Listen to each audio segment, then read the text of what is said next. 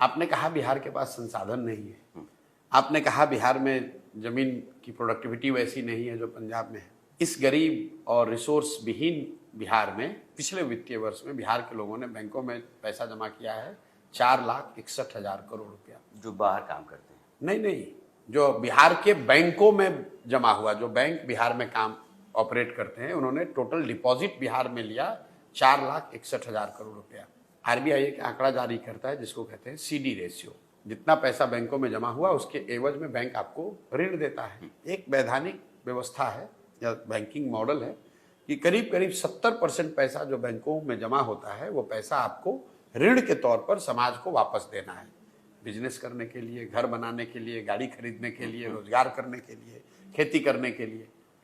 बिहार में CD ratio 1990 से लेकर पिछले साल 2022-23 तक आरबीआई आंकड़े के हिसाब से 40% से कम है। लालू जी के राज्य में 20%, 25% था, नीतीश के राज्य में 40% है। नतीजा क्या हुआ? 1990 से पिछले वित्तीय वर्ष के बीच में 26 लाख करोड़ रुपया बिहार का, बाहर का नहीं, बजट का नहीं, बाहर के उद्योगपतियों का नहीं, बिहारियों का, बिहार के लोगों का 26 लाख करोड़ रुपया यहाँ के बैंकों ने ट्रांसफर किया है उन राज्यों में जहाँ पर उद्योग धंधे लग रहे हैं, जहाँ रोजगार हो रहा है, जहाँ सो कॉल्ड तरक्की हो रही है। गुजरात में, कर्नाटक में, तमिलनाडु में, केरल में, आंध्र प्रदेश और तेलंगाना में सीडी रेशियो है 90 से ऊपर। मतलब अगर आंध्रा में 100 रुपया लोगों ने बैंक में जमा किया, 90 रुपया लोगों को ऋण के तौर पर वापस मिला।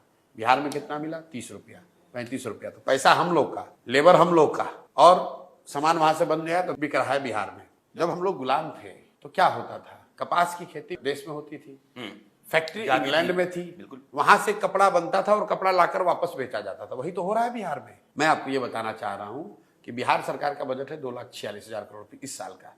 इतना पैसा तो हम लोग का बैंकों से ट्रांसफर हो रहा है। इसका असर क्या होता है? बिहार में capital formation is almost brought to zero. यहाँ पूंजी बन ही नहीं रही है क्योंकि गरीबी इतनी है। प्रति व्यक्ति आय है 32-35 हजार रुपया, तो उसमें बचाइएगा क्या? पूंजी कहां से आएगा? और बैंक पैसा दे नहीं रहे हैं। नतीजा क्या है? हर व्यक्ति जो नौकरी नहीं पा रहा है उसको कहीं ना कहीं जाकर मजदूरी ही करना है। हम लोग ये कह रहे हैं कि नहीं, 15 साल से कम उम्र के बच्चों पर हम पूरा शिक्षा का बजट खर्च करना चाहते हैं ताकि 15 साल पहुंचते पहुंचते वो फिर मजदूर न बने, वो व्यवस्था पर बोझ न बने। तो सबसे बड़ा फोकस है कि बच्चों की पढ़ाई, 15 साल से कम उम्र के बच्चों को इतनी अच्छी शिक्षा दी जाए कि वो व्यवस्था पर बोझ न बने।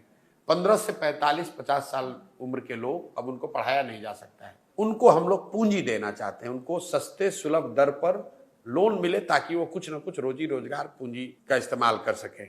और 60 से ऊपर वाले लोग को दोनों में कुछ भी नहीं कराया जा सकता है, तो उसको हम लोग कह रहे हैं कि 2,000 रुपया कम से कम इनको मासिक पेंशन दिया जाए ताकि वो कम से कम बेसिक ह्यूमन डिग्निटी और जो लाइफ के लिए जरूरी है उतना कंजम्पशन वो कर सके।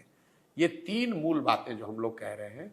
और अब आप कहिएगा भाई इस बच्चों को कैसे आप पढ़ा दीजिएगा? मैं इन तीनों चीज को एक्सप्लेन करता हूं आपको। 15 साल से कम उम्र के बच्चों को बिहार में अगर विश्व स्तरीय शिक्षा देनी है तो उसमें हम लोग को 5 वर्ष लगेंगे। जो हम लोगों ने पूरे बिहार की मैपिंग करी है, हर प्रखंड में अगर 5 विश्व स्तरीय विद्यालय बना दिए जाए तो हर गांव से बच्चे को स्कूल पहुंचने में आधे घंटे से ज्यादा समय नहीं लगेगा। तो जो नीतिगत ट्रांसफॉर्मेशनल चेंज हम लोग की बात कर रहे हैं कि हर गांव और पंचायत में स्कूल बनाने के बजाय 5 स्ट्रेटेजिक जगह पर स्कूल बनाओ और बच्चों को स्कूल तक पहुंचाओ। जैसे आप दिल्ली में रहते हैं, अगर आधे घंटा दूर आपका स्कूल है तो वहां अपने बच्चे को बस से भेजते हो, तो बिहार में भी हम लोग वो करना चाहते हैं। अब अगर वो 5 मुझे अच्छे विद्यालय बनाने हैं, विश्व स्तरीय विद्यालय बनाने हैं, हम लोग के पास मॉडल है। बिहार में, झारखंड में नेतरहाट हम लोगों ने देखा है, वो सरकारी व्यवस्था से, नवोदय को छोड़ दीजिए, नेतरहाट एक विद्यालय से 1500 से ज्यादा IAS IPS है। वो सरकारी व्यवस्था का स्कूल रहा है, उसको देखकर सिमलतुला में स्कूल बना। तो हम लोग का जो आकलन है कि अगर नेतरहाट जैसा विद्यालय हर प्रखंड में एक बनाना हो तो करीब करीब 15 से 20 हजार करोड़ रुपए खर्च आएगा। बिहार सरकार का शिक्षा का बजट है 50 से 55 हजार करोड़। तो हम लोग का फॉर्मूला ये है कि 1/3 शिक्षा का बजट नई व्यवस्था बनाने पर खर्च होगा और 2/3 अभी की जो रूटीन व्यवस्था है उसको मेंटेनेंस पे खर्च किया जाएगा। अगर हर साल हम लोग प्रखंड में एक भी विद्यालय नेतरहाट जैसा बनाएंगे, लक्ष्य है कि अगले 5 साल में 5 ऐसे विद्यालय बन जाएं ताकि उस प्रखंड में एजुकेशन के स्तर को सुधारा जा सके। उसी तरह 15 से 45 साल के उम्र के हर व्यक्ति को स्पेशल ड्राइव चलाकर जिसको भी रोजगार करना है उसको सरकार अपने गारंटी पर सस्ते दर पर उनको बैंकों के साथ कोलैबोरेट करके उनको लोन दिलवाए, ताकि लोगों को बॉम्बे में, दिल्ली में जाकर काम ना करना पड़े। इसका नतीजा क्या होगा आप समझिए। अगर आज व्हीकल फाइनेंस बंद हो जाए तो 100 में 90 गाड़ियां नहीं बिकेंगी। 100 में 90 गाड़ी फाइनेंस पे है। अगर घर के लिए आपको फाइनेंस ना मिले तो पहले घर कैसे बनता था, लोग एक एक कमरा बनाते थे। लेकिन अगर आज वहां बिहार में होम लोन मिलने लगे तो कितना कंस्ट्रक्शन बढ़ेगा। अगर कंस्ट्रक्शन बढ़ेगा तो जो हमारा प्लम्बर, इलेक्ट्रीशियन बॉम्बे में जाकर, नोएडा में काम कर रहा है, वो बिहार में आकर काम करेगा। तो हम लोग जो मंत्र दे रहे हैं कि श्रम का पलायन, मजदूरों का पलायन तब रुकेगा जब पूंजी का पलायन रुकेगा।